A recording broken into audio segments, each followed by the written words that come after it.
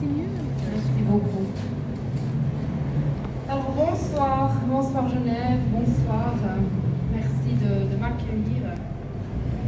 Je me nomme Chantal Frey, c'est pas mon vrai nom, c'est un nom d'emprunt que j'utilise pour dénoncer les réseaux pédocriminels. Si je parle avec mon vrai nom, je risque gros, mes enfants risquent gros, ma famille risque gros. Aujourd'hui, je me tiens devant vous pour témoigner d'une vérité dérangeante, mais incontournable. Le trafic des enfants, des femmes et des hommes. D'un côté, je suis très honorée d'avoir été invitée à intervenir lors de cette manifestation. J'en profite d'ailleurs pour remercier chaleureusement les organisateurs. Merci beaucoup pour votre présence.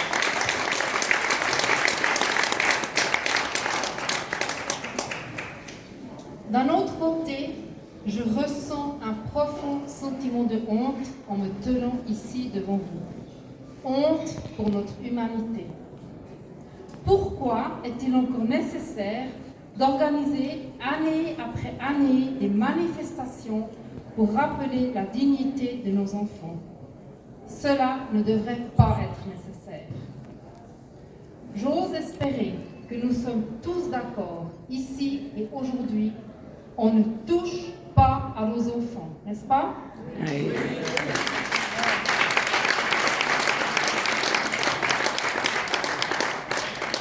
Mon sentiment de honte vient du fait que certains de nos contemporains ne partagent même pas cette évidence. L'enfant, la fille, le garçon est parfois réduit à un objet sans valeur, traité comme un déchet, bon à être exploité sous toutes ses formes, emprisonné dans les réseaux pédocriminels. Qu'est-ce que je veux dire par là? Je vais vous donner deux exemples. Cher public, ces exemples ne sont malheureusement pas fictifs. Ce sont des histoires bien réelles, des récits d'horreur, de souffrance, de traumatisme profond. Ce sont les histoires d'une petite fille et d'un petit garçon que j'ai rencontrés personnellement ou qui ont eu le courage de me confier leur histoire. Je vais vous parler de Nathalie. Nathalie, une petite fille suisse, originaire du canton de Bâle. C'est à l'âge de 8 ans qu'elle a commencé à parler à sa maman avec ses propres mots d'enfant. Elle parlait de caves sombres, de viols en groupe, d'enfants enchaînés dans des cages, des personnes parfois masquées, d'objets bizarres utilisés pour lui faire mal à elle et à d'autres enfants. Elle racontait qu'elle avait été emmenée lors de visites chez son père dans des lieux inconnus, des bunkers isolés en pleine forêt, ou encore une plage naturiste bien connue en Suisse romande.